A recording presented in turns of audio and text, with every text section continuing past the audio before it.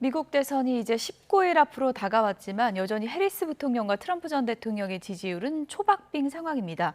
해리스 부통령은 지지율이 정체되자 트럼프 전 대통령을 향한 네거티브 공세를 강화하고 있습니다. 미국 대선 얘기 좀 짚어보겠습니다. 조병재 경남대학교 극동문제연구소 초빙 석좌 교수 나오셨습니다. 어서 오세요.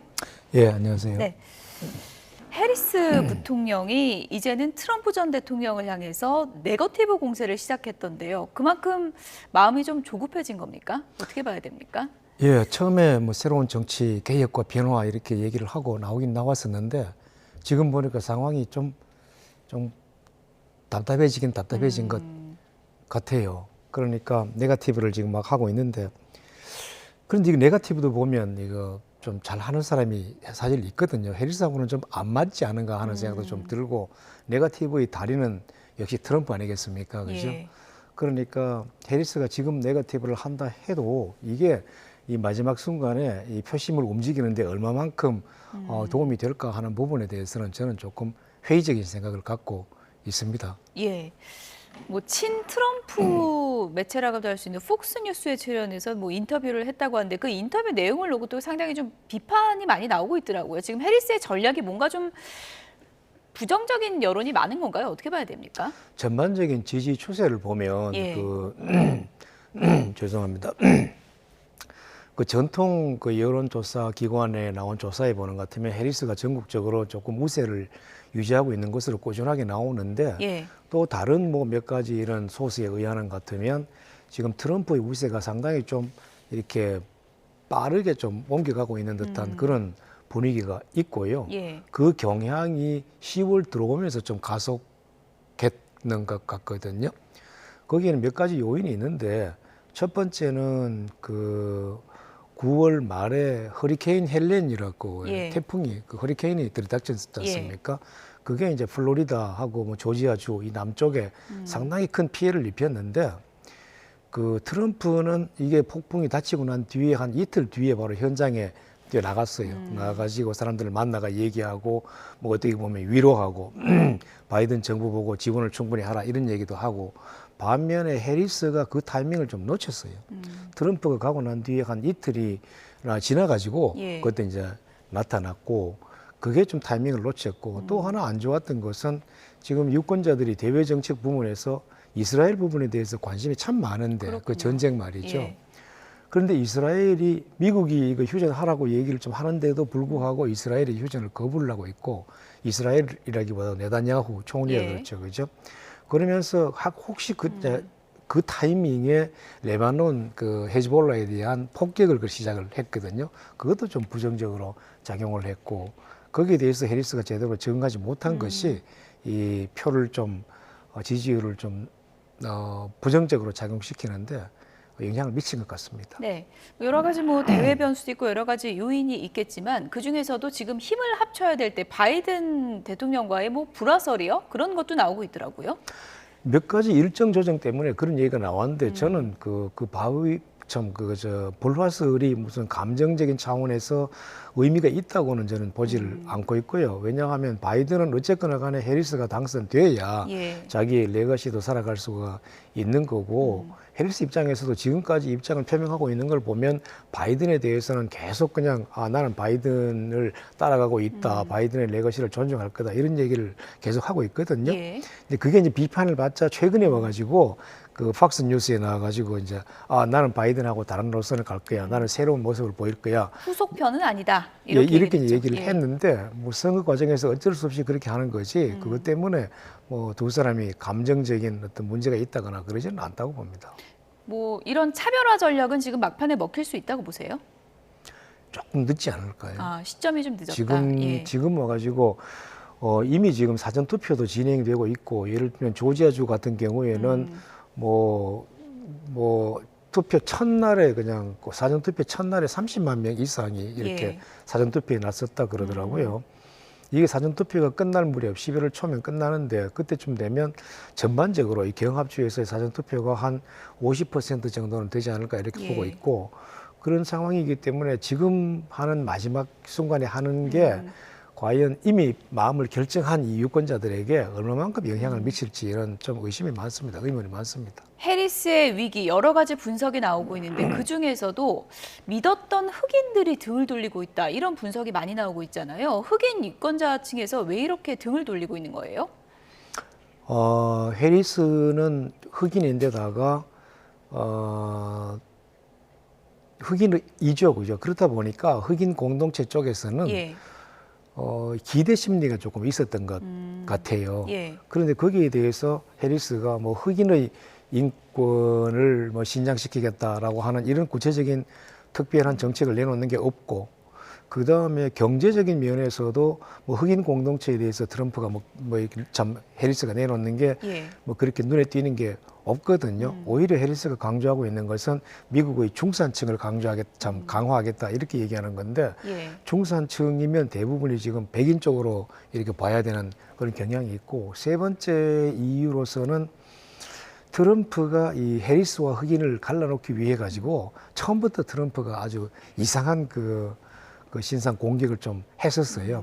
그러니까 해리스는 저 원래 그냥 인도 사람이라고 얘기하고 돌아다닌 사람인데 지금 와가지고 흑인이라고 얘기한다. 뭐 이렇게 그냥 비난을 하면서 이 둘을 좀 갈라놓았는데, 그런 인신 공격도 조금 먹혀들고 있는 게 아닌가 하는 생각이 듭니다. 사실 뭐 해리스 부통령이 후보로 확정되면서 검은 돌풍이 이어질 것이다 이런 또 얘기도 있었고, 오바마 대통령 부부까지 지원 사격을 하고 있지 않습니까?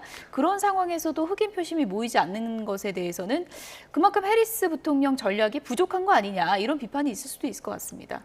예, 그런 비판들이 좀 나오고 있는 것 같고, 그 무엇보다도 지금 해리스한테서 제일 사람들이 이제 보고 싶어 하는 거는 그 어려울 때 강력한 리더십을 발휘할 수 있는 사람이다라고 하는 이 부분인 것 같거든요. 아까 제가 말씀드린 허리케인 때도 그렇고, 그 다음에 이스라엘 문제에서도 그렇고, 해리스가 뭐 팔레스타인의 자결권도 존중해준다 이렇게 말은 하는데 그렇게 하는 흔적은 아무것도 보이는 게 없어요. 10월 들어와가지고 해리스가 언론하고의 접촉을 상당히 확대를 했는데 그 접촉할 때마다 조금 이렇게 계속 부족했어요. 예를 상승 들면 효과가 안 나는군요. 안 나는 것 같더라고요. 10월 5일 날 6일인가 그때 CBS하고 그 60 Minutes라고 하는 시사 프로그램에 나와가지고 얘기를 했는데, 이스라엘, 우크라이나 문제 뭐 여러 가지 그 국내외 이슈가 다 나왔어요. 그런데 제가 쭉 봐도 그 중에 하나도 시원하게 말이죠.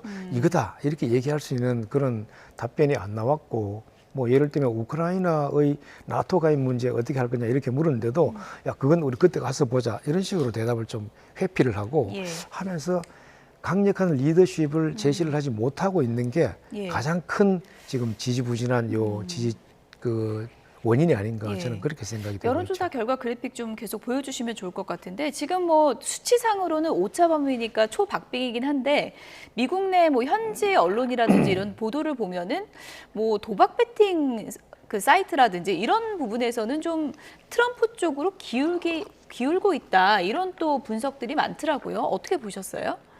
저도 이게 재미있어 가지고 사실 보고 있는데 그 10월 들어오면서 이 도박 사이트 몇 개가 있습니다. 미국에 유명한 게 폴리마켓이라는 게 있고 영국에 유명한 게 S마켓이라고 하는 게 있는데, 두 군데서 다 보면 트럼프의 상승세가 이렇게 확 올라가는 게 눈에 띄게 나타나요. 이게 10월 초에 시작이 돼가지고 지금은 트럼프가 한 60%를 넘어서 있거든요. 그런데 이 도박 사이트라는 게 여기 들어가는 사람들이 익명성이 보장이 되죠.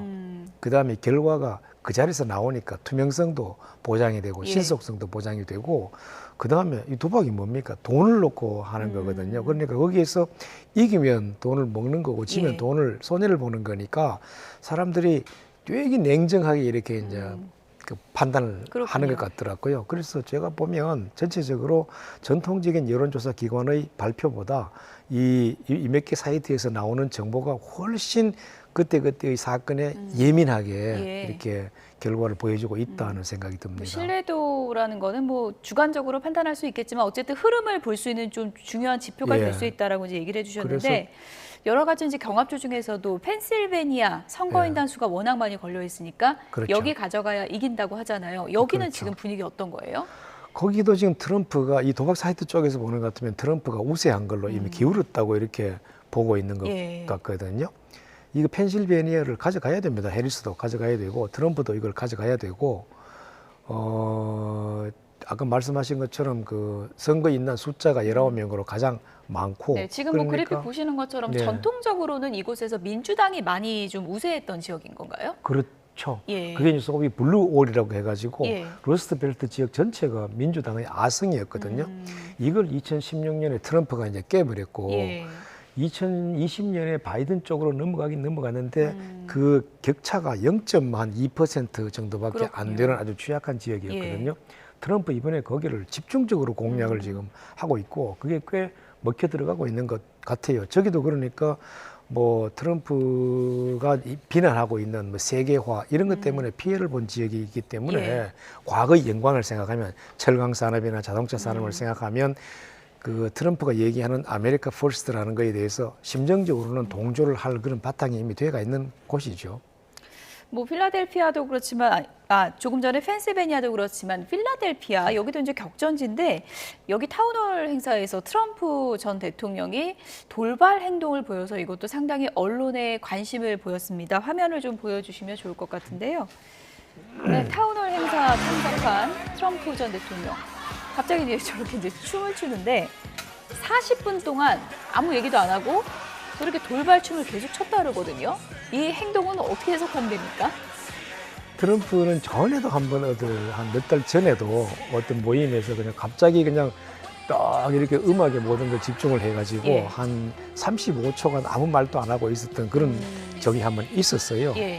이번에도 이제 그 비슷한 현상이 나타났는데 상황을 이렇게 자세히 보니까 트럼프가 이 쇼의 달인이 저렇게 할 수도 있었겠구나 하는 생각이 들고 여기에 대한 평가가 뭐 비판적이지만은 아니에요. 민주당 쪽에서는 이 정신이 온전하지 않은 사람이다 이렇게 비판이 나왔지만 트럼프 지지층에서는 오히려 야 이게야말로 트럼프식의 파티다 이런 얘기. 그 다음에 얼마 전에 암살 미수 사건이 일어난 곳에서 다시 이런 모임을 가진 트럼프 이런 식으로 해가지고 오히려 긍정적으로 보는 반응도 있더라고요. 예. 그러니까 지지층에 따라 가지고 이 받아들이는 게 많이 다른 것 같습니다. 정서가 불안하다, 뭐 이렇게 기이한 행동이다 이런 비판도 있지만 트럼프 지지층에서는 저런 행동을 굉장히 자연스럽게 받아들일 것이다 이렇게 보시는 뭐 거군요. 오히려 그냥 예. 그 장면 보시면 뒤에 있는 그 트럼프 지지자들은 박수 치고 같이 막 흥겨워하는 그런 분위기가 역력하게 보였거든요. 예. 타운홀에서의 뭐 댄스라고 표현할까요? 이 예. 트럼프 전 대통령이 보여준 춤 이게 또 뭐 유권자들에게는 어떤 의미가 될지는 좀 봐야 될 것 같은데 트럼프 전 대통령이 또 이런 사연을 공개했습니다. 팀 쿡 애플 CEO가 전화를 해서 이유에 대한 불만을 나한테 토로했다 이런 얘기를 한 건데 어떻게 보면 팀 쿡이 나를 지지하고 믿는다 뭐 이런 의미로 공개를 한 거겠죠? 예, 그렇죠. 지금 대기업이 원래는 실리콘밸리 자체가 민주당 쪽이다 이런 식으로 이제 평가를 하고 있었는데 예. 뭐 일론 머스크도 그렇고 지금 뭐 팀 쿡도 그렇고 보면 조금씩 이렇게 트럼프에 대해서 가까워지려고 하는 경향이 좀 보이는 것 같아요.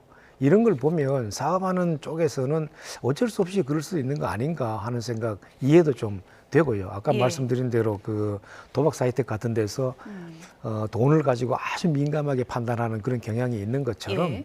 기업하시는 분들 이게 권력의 향배가 어디로 가는지에 대해서 민감할 수밖에 없는 거겠죠. 나는 팀 예. 쿡이 전화를 했다고 해도 전혀 이상하지 않은 상황이라고 생각합니다. 예.